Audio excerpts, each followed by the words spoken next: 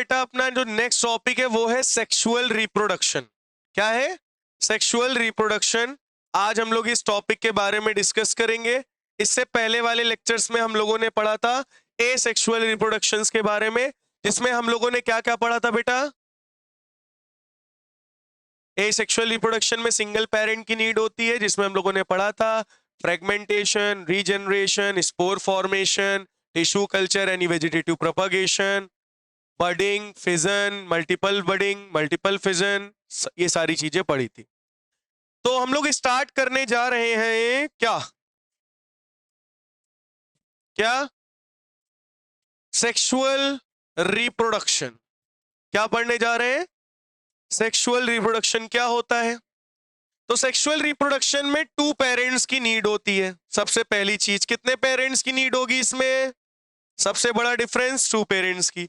तो मेल में रिप्रोड्यूस करने के लिए, फॉर्म करने के लिए उनके अंदर एक गैमीट फॉर्म होता है। उस गैमीट को हम लोग कहते हैं स्पर्म, मेल स्पर्म। और फीमेल्स के अंदर फीमेल ओवम जनरेट होता है। क्या जनरेट होता है? फीमेल में ओवम जनरेट होता है। क्या जनरेट होता है बेटा? ओवम।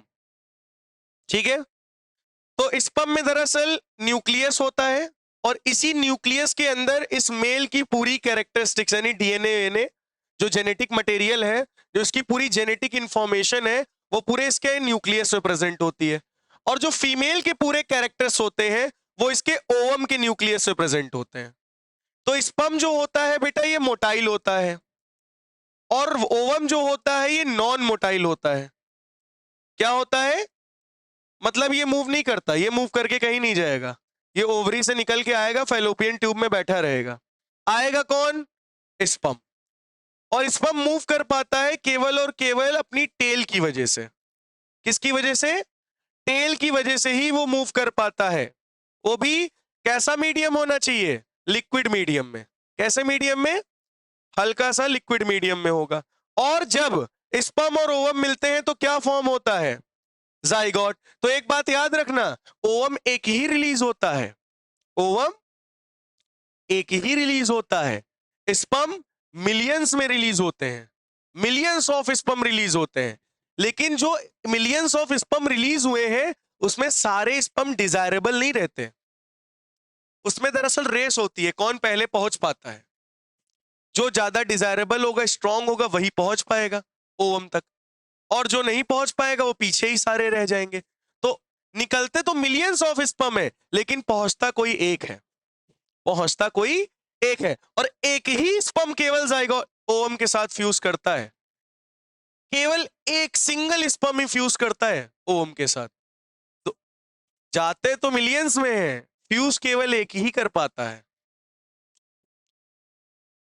वो डाइजाइगोटिक और मोनोजाइगोटिक ट्विंस होते हैं, उनकी कहानी अलग है, मैं बाद में बताऊंगा। अभी पहले इतना जान लो, तो मिलियंस ऑफ स्पर्म में से केवल एक ही स्पर्म केवल क्या कर पाता है? फ्यूजन कर पाता है, और क्या फॉर्म कर लेता है? जाइगोट। फिर यही जाइगोट धीरे धीरे, ये इसको कहते हैं क्या? मोरूला। क्या बोलते हैं? मोरूला। मतलब जब जाइगोट 16 सेल्ड स्टेज में डिवाइड हो जाता है उसे मोरूला कहते हैं।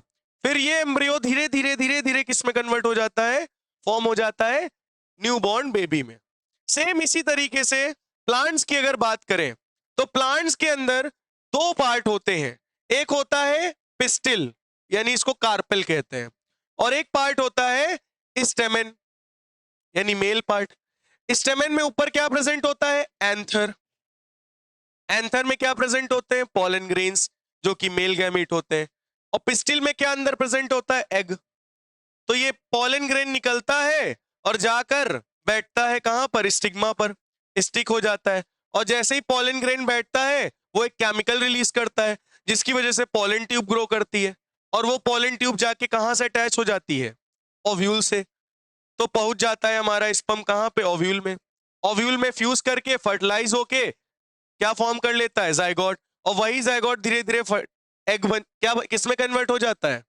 सीड में। और वही सीड धीरे धीरे ग्रो करके नया पेड़ बना देता है, प्लांट बना देता है। फिर वो धीरे धीरे ग्रो करके पेड़ बन जाता है। तो क्या इतनी बात सभी बच्चों को समझ में आ गई है या नहीं? तो सेक्सुअल रिप्रोडक्शन में हम क्या पढ़ने जा रहे हैं, ये चीज तो आपको क्लियर हो ही गई होगी। ठीक है, चलिए तो स्टार्ट करते हैं। सेक्सुअल रिप्रोडक्शन क्या होता है इसमें? We are also familiar with mode of reproduction. इस रिप्रोडक्शन के मेथड से हम लोग काफी फैमिलियर हैं। That depend on the involvement of two individuals before a new generation can be created. तो सबसे पहले क्या होता है, दो पेरेंट्स का इंडिविजुअल की नीड होती है। मैंने स्टार्टिंग में ही बताया, सेक्सुअल रिप्रोडक्शन में टू पेरेंट्स की नीड होती है नई जनरेशन फॉर्म करने के लिए, न्यू जनरेशन फॉर्म करने के लिए। जैसे bulls alone can not produce new carbs. अकेला बुल प्रोड्यूस कर सकता है न्यू काफ्स? नहीं बना सकता।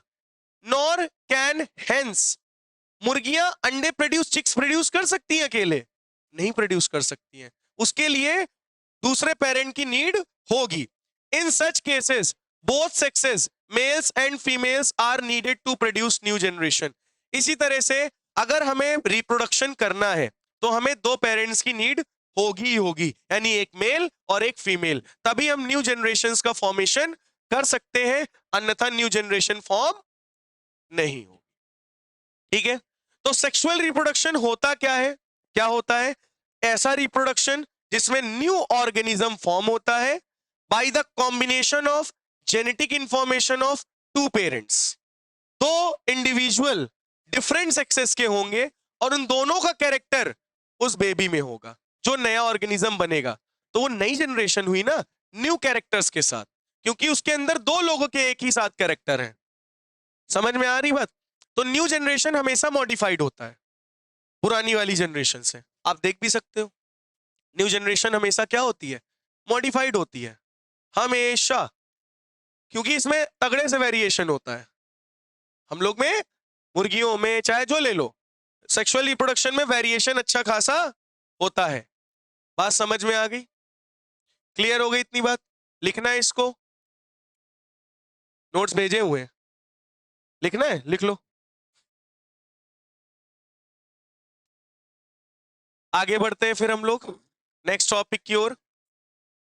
वाई द सेक्सुअल रिप्रोडक्शन, क्या है question? Why the sexual mode of reproduction, मतलब क्यों सेक्सुअल मोड ऑफ रिप्रोडक्शन ही क्यों यूज करते हैं? ध्यान से सुनिएगा, होता क्या है? The creation of two new cells from one involves copying the DNA as well as the cellular apparatus। भाई सभी के अंदर डीएनए की कॉपी होती है, नए सेलुलर apparatus भी फॉर्म होते हैं, और वही सेल्स अलग अलग सेल फ्यूज करते हैं, अलग अलग जेनेटिक इंफॉर्मेशन वाले। भाई स्पर्म में मेल की जेनेटिक इंफॉर्मेशन होगी जो कि एकदम अलग है, फीमेल में फीमेल की जेनेटिक इंफॉर्मेशन होगी जो कि एकदम अलग है। तो जब दोनों सेल दोनों जेनेटिक इंफॉर्मेशन के साथ मिलेंगे, न्यू ऑर्गेनिज्म जब बनेगा तो नया बनेगा, नई जनरेशन आएगी। तो डीएनए कॉपिंग जो मैकेनिज्म है, एज वी हैव नोटेड, पहले स्टार्टिंग में ही पढ़ा है, can not be absolutely accurate. मैंने बताया था ना, डीएनए कॉपी एग्जैक्टली होती है, एक्यूरेट होती है नहीं। स्टार्टिंग में ही मैंने टॉपिक में बताया था, जब डीएनए अपनी कॉपी बनाते हैं तो एक्यूरेट कॉपीज नहीं बनती हैं, कुछ ना कुछ उसमें क्या निकल जाता है? Variation. The resultant error are a source of variation. तो डीएनए जब अपनी कॉपी बनाते हैं, एक कॉपी से दूसरी कॉपी, तो उसमें एरर होती ही होती है, और उसी एरर की वजह से पॉपुलेशन में वेरिएशन हो जाता है, ऑर्गेनिजम्स में वेरिएशन हो जाता है। किसकी वजह से बताओ? Due to due to due to DNA copying. और डीएनए कॉपिंग एग्जैक्टली होती है, एक्यूरेट नहीं, उसमें एरर होता है, और उसी एरर की वजह से ऑर्गेनिज्म में वेरिएशन होता है और पॉपुलेशन में वेरिएशंस आते हैं। बात समझ में आ गई? बहुत बढ़िया। Every individual organism can not be protected by variation. क्या बोला गया? किसी भी इंडिविजुअल ऑर्गेनिज्म को तुम वेरिएशन से बचा नहीं सकते, सब में वेरिएशन होगा, कंफर्म होगा, 100% वेरिएशन होगा। तो किसी भी एक इंडिविजुअल को तुम वेरिएशन से बचा नहीं सकते। बट इन अ पॉपुलेशन, अगर मैं इंडिविजुअल की बात ना करूं, एक नॉर्मल पर्सन की बात ना करूं, मैं पूरे पॉपुलेशन की बात करूं, पूरे के पूरे पॉपुलेशन की, तो variation are useful for ensuring the survival of the species. Variation बहुत ही बढ़िया है। अगर पूरे पॉपुलेशन के अकॉर्डिंग देखोगे तो पूरे पॉपुलेशन के लिए वेरिएशन बहुत अच्छी चीज है। वेरिएशन की वजह से ही पॉपुलेशन सरवाइव कर पाती है। अब मान लो एक ठंडी के कारण मर गया, तो अगर वेरिएशन ना हो तो सब ठंडी के कारण मर जाते, पूरी पॉपुलेशन खत्म। और वेरिएशन होने के कारण केवल एक ही मरा, बाकी सब जिंदा रहेंगे। तो पॉपुलेशन के लिए क्या है? अच्छी बात है। तो पॉपुलेशन के लिए वेरिएशन बहुत अच्छी बात है। It would therefore make sense if organism came up with reproductive mode that allowed more and. अब एक बात याद रखना, कोई भी ऑर्गेनिज्म अगर रिप्रोडक्टिव मोड से बना है तो उसमें ज्यादा से ज्यादा वेरिएशन होगा। क्या होगा? ज्यादा से ज्यादा वेरिएशन होगा। अगर कोई भी ऑर्गेनिज्म बना है, वो भी किस मोड के द्वारा? रिप्रोडक्टिव मेथड के द्वारा, तो उसमें वेरिएशन होना कंफर्म है।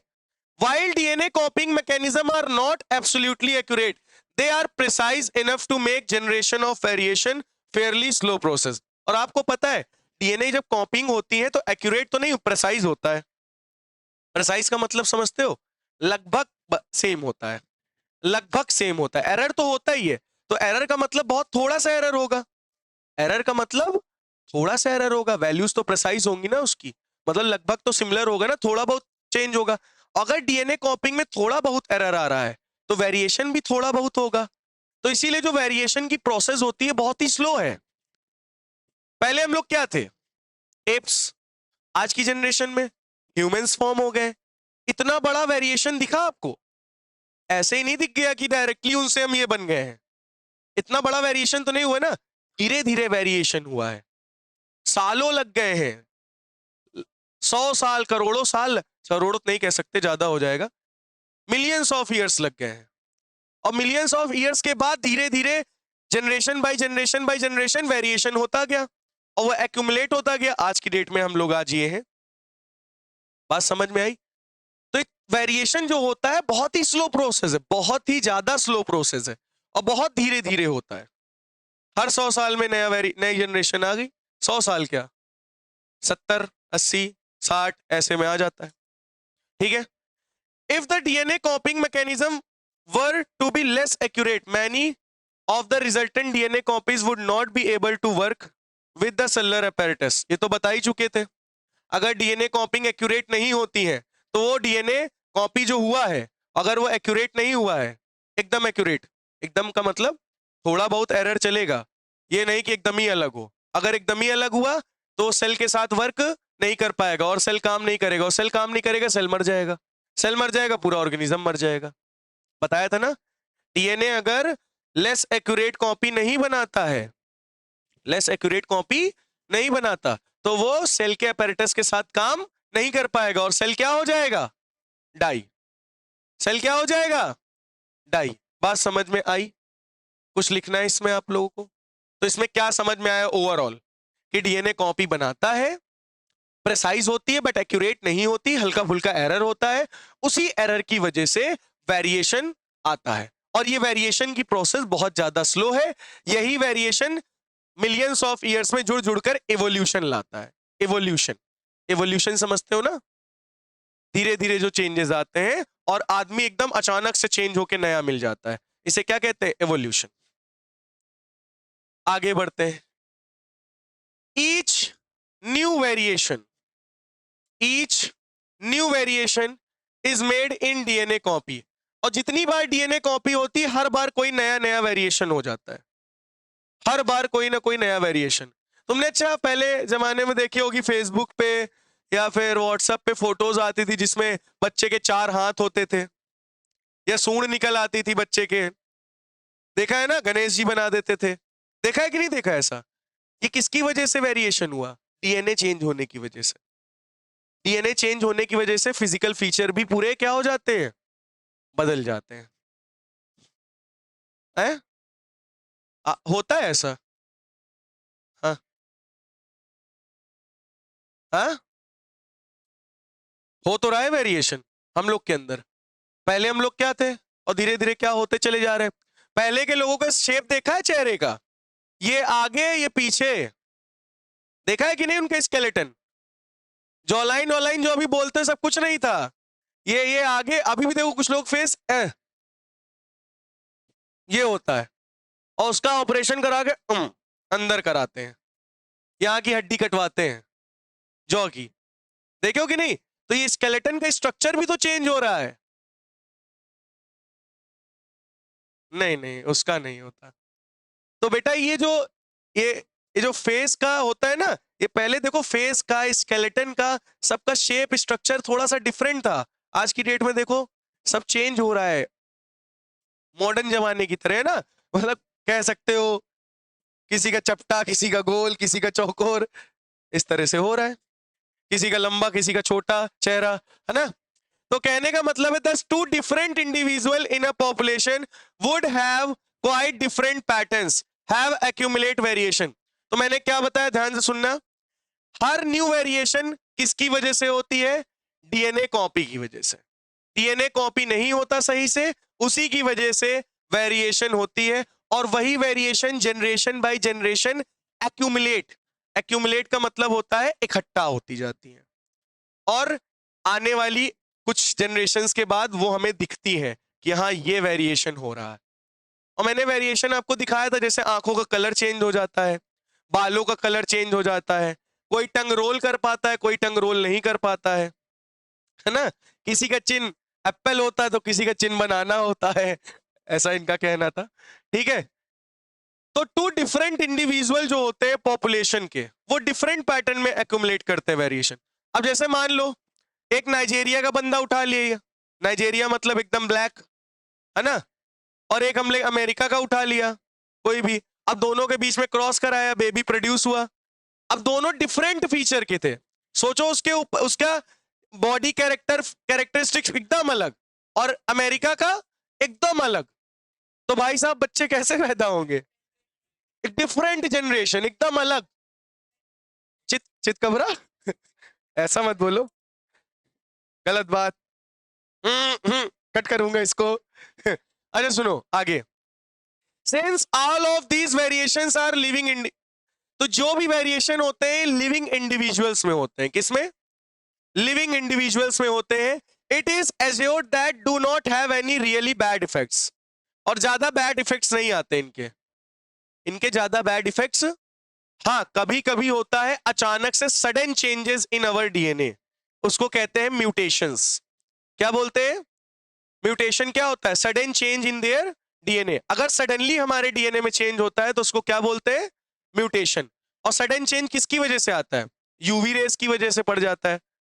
यूवी रेस पड़ती है, डीएनए चेंज हो गया हल्का सा, बॉडी में कोई ना कोई सिम्टम्स, सिंड्रोम हो गया, बीमारी हो गई। बात समझ में आई? कंबाइनिंग वेरिएशंस फ्रॉम टू और more individual would thus create a new combination of variant. तो भैया क्या होता है जब variation from two more an individual, मतलब दो या दो से ज्यादा इंडिविजुअल के वेरिएशन को कंबाइन करोगे तो तुम्हें नया वेरिएशन दिखाई पड़ेगा। क्या दिखाई पड़ेगा? नया वेरिएशन। नहीं समझे? अभी जैसे एग्जांपल दिया था नाइजीरिया अमेरिका वाला, है ना? जैसे काले खरगोश से सफेद खरगोश से क्रॉस कराओगे तो चितकबरे खरगोश मिलेंगे, समझ में आ गया? पेंगुइन मिलेगा। Each combination would be novel since it would involve two different individual. तो अगर आपको वेरिएशन लाना है तो टू डिफरेंट इंडिविजुअल का क्रॉस होना चाहिए, अगर आपको वेरिएशन लाना है तो। अगर वेरिएशन नहीं लाना तो सेम अमेरिका अमेरिका क्रॉस, गोरा बच्चा चिट्टा बच्चा पैदा। समझ में आई बात? लेकिन अगर वेरिएशन लाना है तो दो डिफरेंट इंडिविजुअल्स को क्रॉस कराओ, नए जनरेशन वाला ऑर्गेनिज्म फॉर्म होगा। जैसे कि लॉयन का क्रॉस हम लोग टाइगर के साथ करा देते हैं, आधा आधा लॉयन होता है आधा टाइगर होता है, लाइगन या टिग्रॉन बन जाता है। घोड़े का क्रॉस गधे के साथ करा देते हैं, खच्चर बन जाता है, म्यूल, है ना? तो ये सब पढ़ा होगा ना? नहीं पढ़ा? बताया तो था।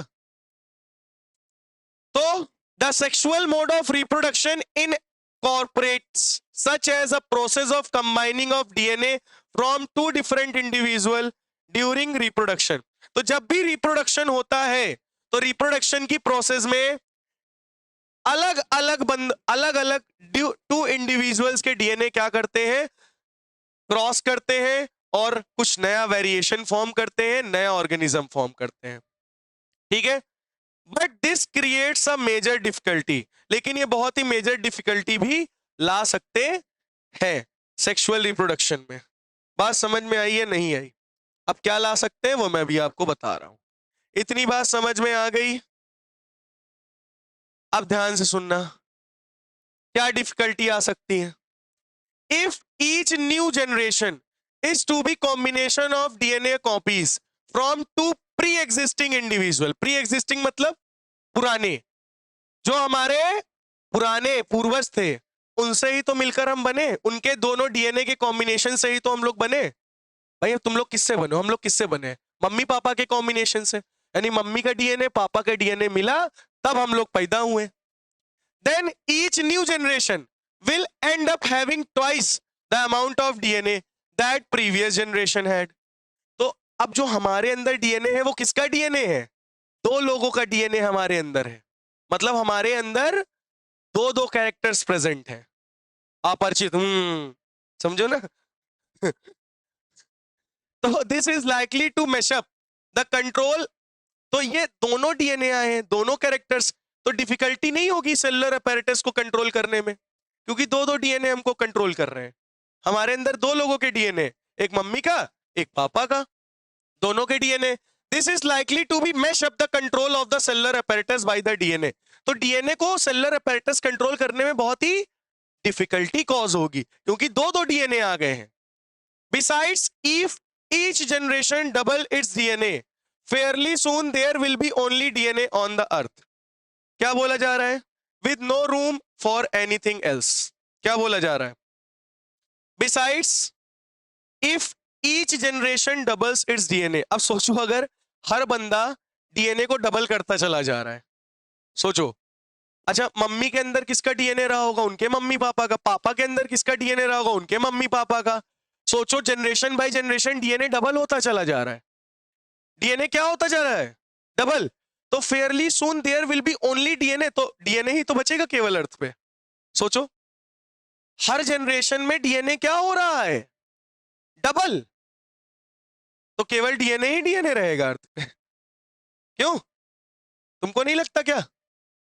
उनके मम्मी पापा जो रहे होंगे दादा दादी के, उनके मम्मी पापा से उनके अंदर डीएनए आएगा। सोचो, हर एक जनरेशन में दो डीएनए एक बंदे के अंदर आ रहे थे, तो जनरेशन बाय जनरेशन डीएनए क्या होते चले जा रहे हैं? डबल होते चले जा रहे हैं। खूब सारा डीएनए, डीएनए ही डीएनए। समझ रहे हो? We have seen earlier that as organism become more complex, और हम इसीलिए ज्यादा से ज्यादा कॉम्प्लेक्स बनते चले जा रहे हैं। इतना ज्यादा कॉम्प्लेक्स होते जा रहे हैं, क्या बताएं। हम लोगों के अंदर हर चीज के लिए तो स्पेशलाइज्ड टिश्यू है, हर काम अलग अलग टिश्यू परफॉर्म करते हैं। फिल्ट्रेशन करना है किडनी के टिश्यूज कर रहे हैं, गैस एक्सचेंज करना है लंग्स के कर रहे हैं, नर्वस सिस्टम अलग, लिम्फेटिक सिस्टम अलग। समझ रहे हो ना? हर एक टिश्यू का अपना अपना काम है। हम लोग बहुत ही ज्यादा कॉम्प्लेक्स होते चले जा रहे हैं, और आगे आने वाली जनरेशन और कॉम्प्लेक्स हो जाएगी। हम मॉडिफाई होते चले जा रहे हैं, और धीरे धीरे मॉडिफिकेशन हमारा बढ़ ही रहा है। तो हम किसके अकॉर्डिंग मॉडिफिकेशन हो रहा है? According to environment. जिस अकॉर्डिंग हमारे चेंजेस होते जाएंगे, वेरिएशन डीएनए में होता जाएगा, वैसे वैसे हमारे अंदर चेंजेस आते रहेंगे, और वैसे वैसे हम मॉडिफाई होते रहेंगे। समझ में आई बात? तो मॉडिफिकेशन जनरेशन बाय जनरेशन होता जाएगा, होता जाएगा, होता जाएगा। इसको कोई कंट्रोल नहीं कर सकता, इसको कोई भी कंट्रोल नहीं कर सकता।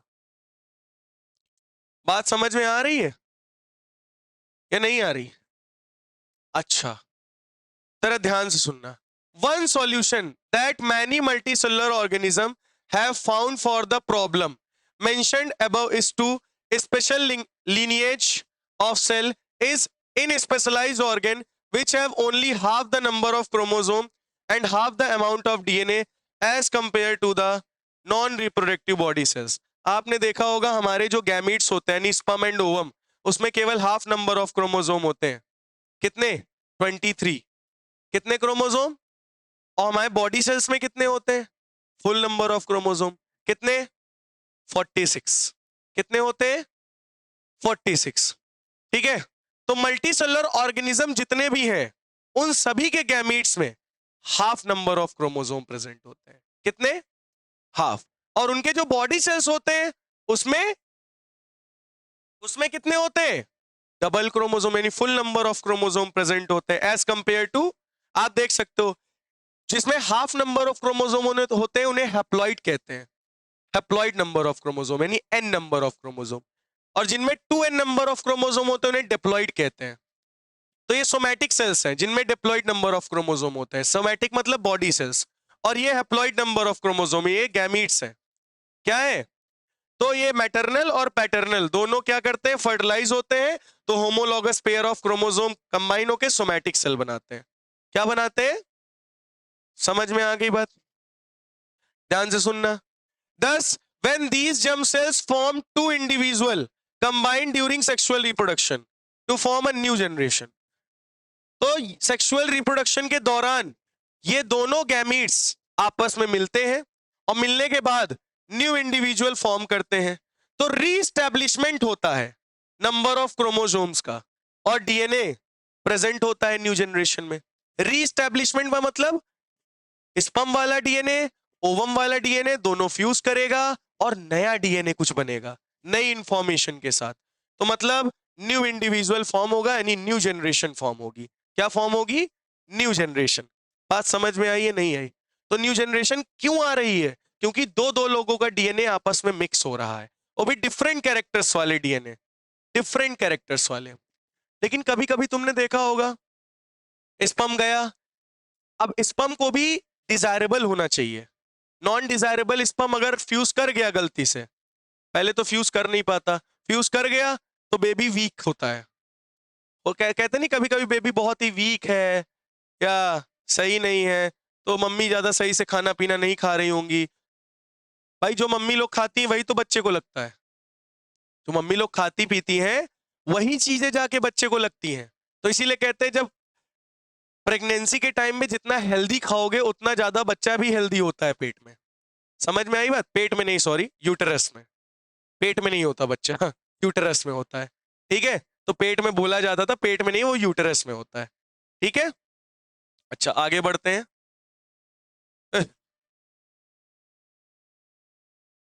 अह, बढ़, हाँ, ध्यान से सुनना है यहाँ पे क्या हो रहा है। डिंग डिंग, सुनो, ये है हैप्लॉइड, ये गैमीट्स हैं। अब ध्यान से सुनना, इसमें होता है मियोसिस सेल डिवीजन। क्या होता है? तो क्या बनते हैं? गैमीट्स। गैमीट्स अब बोले तो समझ जाओगे ना, स्पर्म और ओवम की बात हो रही। उसमें कितने नंबर ऑफ क्रोमोसोम होते हैं? Half number of chromosome. वो स्पर्म और ओवम क्या मिलके फर्टिलाइज हो जाते हैं और क्या बनाते हैं? जाइगोट। और ये जाइगोट में कौन सी डिवीजन हो रही होती है? माइटोसिस। कौन सी डिवीजन? माइटोसिस। अब माइटोसिस होगा तो वो फिर से क्या फॉर्म होंगे? सोमैटिक सेल्स यानी बॉडी सेल्स, और वो बंदा ग्रो हो जाएगा। तो गैमीट्स के डिवीजन में मियोसिस होता है और जाइगोट जब डिवाइड करके जब बॉडी सेल्स में डिवीजन होता है माइटोसिस होता है। क्या होता है? तो देखो स्पर्म और ओवम क्या करेगा? मियोसिस सेल डिवीजन होगा, स्पर्म और ओवम बनेगा, दोनों फ्यूज करेंगे, फर्टिलाइजेशन होगा, जाइगोट बनेगा।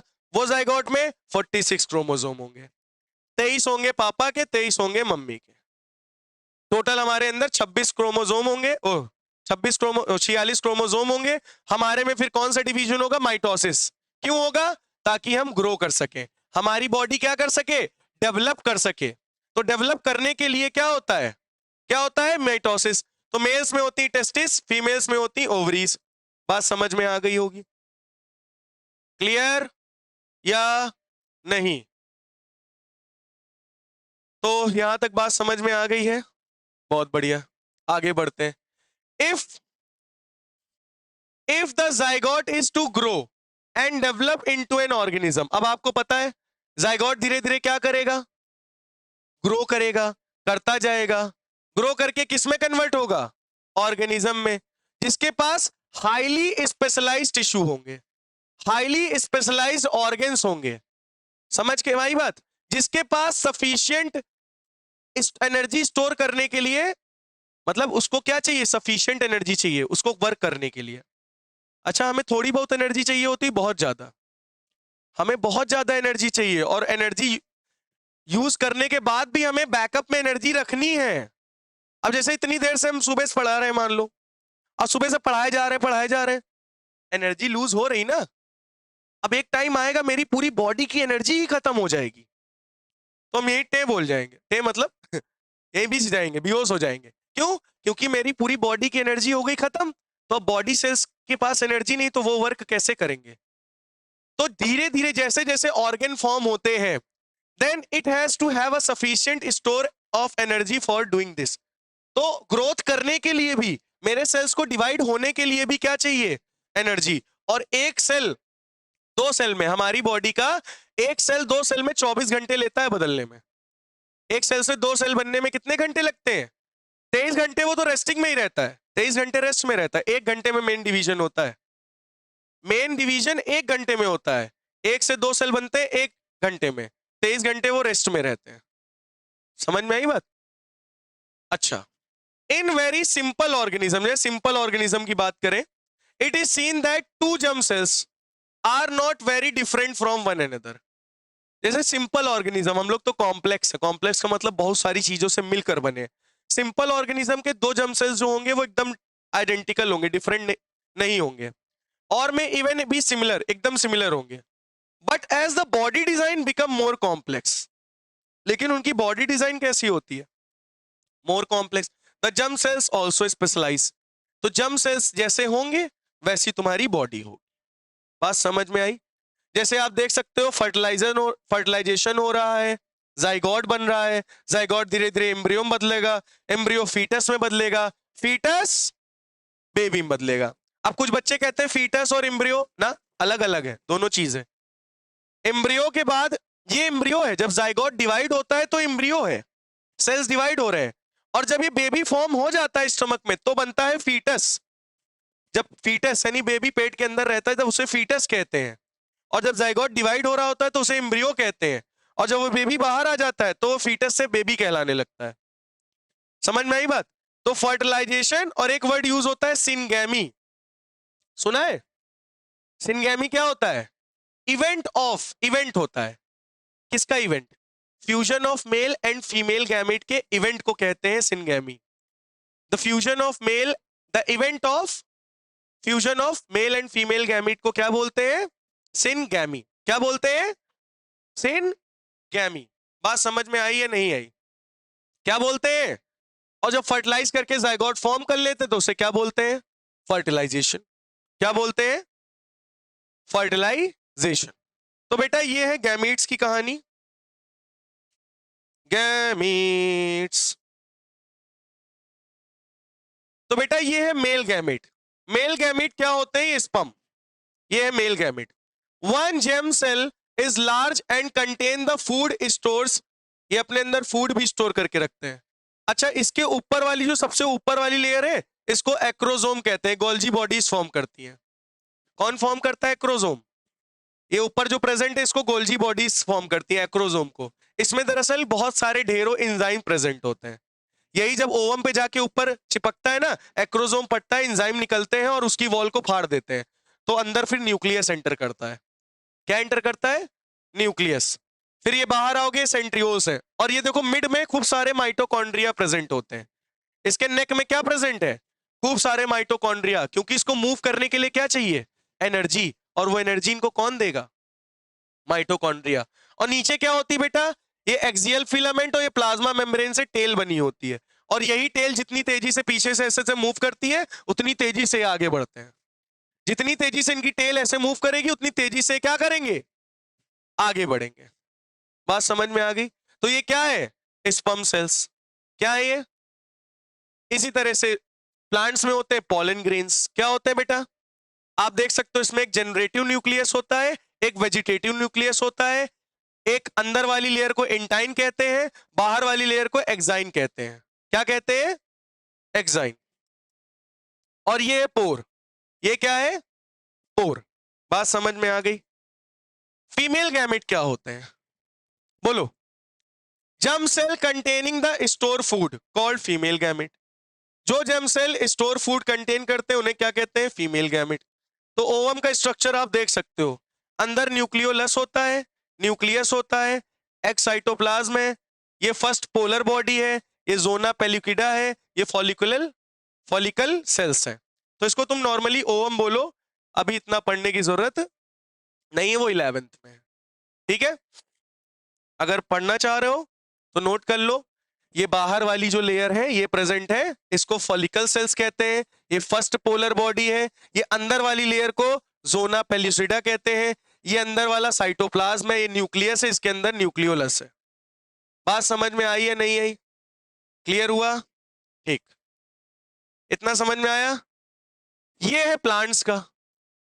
प्लांट्स में ओव्यूल होता है, ओव्यूल, ओव्यूल होता है ना, उसमें ऊपर वाले 3 एंटीपोडल सेल्स होते हैं, नीचे वाले 2 सिनर्जिड होते हैं, एक एग सेल होता है, 2 पोलर न्यूक्लियाई होते हैं।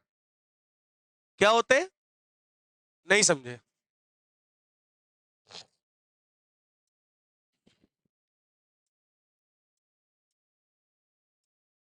ये तुम्हारा ओव्यूल है प्लांट का। ऊपर होते हैं 3 एंटीपोडल सेल्स। क्या है? Antipodal cells. नीचे 2 होते हैं सिनर्जिड। ये क्या है? सिनर्जिड। क्या है बेटा? एक होता है एग सेल, एग, और यहां पे 2 प्रेजेंट होते हैं पोलर न्यूक्लियाई। क्या प्रेजेंट होते हैं? क्या प्रेजेंट होते हैं? Polar nuclei. अब आपको पता है ना ऊपर से क्या आएगी? पॉलन ट्यूब, और अंदर एंटर करेगी। अंदर 2 गैमीट्स जाएंगे, पॉलन ग्रेन। एक पॉलन ग्रेन ये होगा, एक पॉलन ग्रेन ये होगा। ये वाला पॉलन ग्रेन एग के साथ फ्यूज करके क्या फॉर्म करेगा? जाइगोट। और ये वाला पॉलन ग्रेन इसके साथ मिलकर क्या बनाएगा? Primary endosperm nucleus. यानी कह सकते हो ये फॉर्म करता है एंडोस्पर्म। क्या फॉर्म करता है? एंडोस्पर्म। तो एक फर्टिलाइजेशन देखो यहां हो रहा है, ओ भैया, और एक फर्टिलाइजेशन यहां हो रहा है। इसको कहते हैं डबल फर्टिलाइजेशन। प्लांट में होता है ना डबल फर्टिलाइजेशन, एक फर्टिलाइजेशन ये, एक फर्टिलाइजेशन ये। अब जायगोट क्या बनाएगा? सीड। सीड को चाहिए न्यूट्रिएंट्स, न्यूट्रिशन। वो न्यूट्रिशन कौन प्रोवाइड करेगा? एंडोस्पर्म।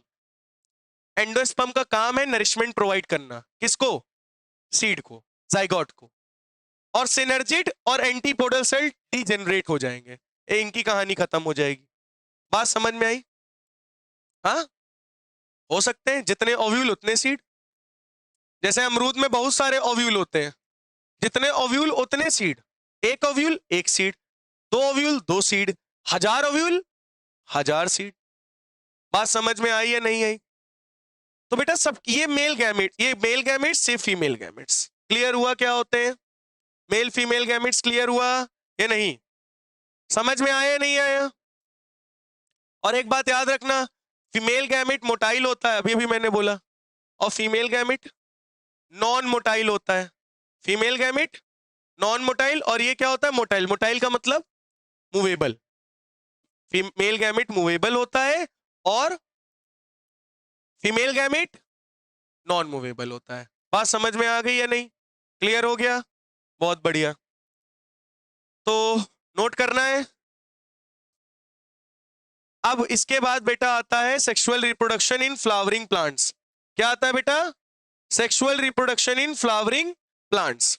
तो sexual reproduction in flowering plants में हम लोग कार्पेल पढ़ेंगे, पिस्टिल जिसको कहते हैं फीमेल रिप्रोडक्टिव ऑर्गन, और क्या होता है? Male reproductive organ. जरा मैं बना के अगर आपको दिखाऊं तो फ्लावर में आप देखते होगे ये पेटल्स होती हैं। ये क्या होती हैं? पेटल्स। बीच में क्या होता है? क्या होता है? पिस्टिल और कार्पेल। और ये क्या है? Male gamete. ये होता है थैलेमस, और ये होता है नीचे पेडिसेल, और ये होता है ठीक है? ये बात समझ में आई कि नहीं आई? अच्छा, इसी में क्या प्रेजेंट होता है? ओव्यूल। ठीक है, और ये बाहर क्या है? ओवरी। तो बेटा ये वाले पार्ट को हम लोग कहते हैं स्टेमेन। क्या बोलते हैं? ये मेल पार्ट है। देखो स्टेमेन, मेन का मतलब ही क्या हो गया? Male part. और ये क्या है? कार्पेल। कार्पेल और पिस्टिल, ये है फीमेल पार्ट। ठीक है, ये फीमेल रिप्रोडक्टिव ऑर्गन है, ये मेल रिप्रोडक्टिव ऑर्गन है। स्टेमेन में इसको बोलते हैं एंथर। क्या बोलते हैं? इसको बोलते हैं फिलामेंट। क्या बोलते हैं? इसमें ये होता है स्टिग्मा। क्या होता है? ये होती है स्टाइल, और ये होती है ओवरी। क्या होती है? और ये अंदर वाला क्या होता है? ओव्यूल। क्या होता है बेटा? ओव्यूल। बात समझ में आ गई? बाहर पेटल्स हैं, ये नीचे सेपल्स होती हैं, हरी हरी, देखा होगा। क्या होती है? सेपल्स। बात समझ में आ गई इतनी है नहीं? तो ये फ्लावर के बेटा पार्ट्स थे। क्या थे? फ्लावर के पार्ट्स। तो बेटा ये फ्लावर के पार्ट्स कल आपको बना कर आने हैं, और इतना पूरा फिलहाल मैं कल आप लोगों से सुनूंगा। गैमीट्स और ये सब जितना मैंने अभी पीछे तक पढ़ाया है, मतलब स्टार्टिंग से यहां तक मैं पूरा सुनूंगा। नोट्स ग्रुप पे पड़े हुए हैं, ले लीजिएगा। और कल मैं सुनूंगा, कंफर्म है, याद करके आना, पूरा पढ़ के आना। हर एक पॉइंट कहीं से भी मैं कुछ पूछ सकता हूं, तो कल सुना जाएगा, ठीक है? तो आगे कल नेक्स्ट लेक्चर में हम लोग मिलेंगे।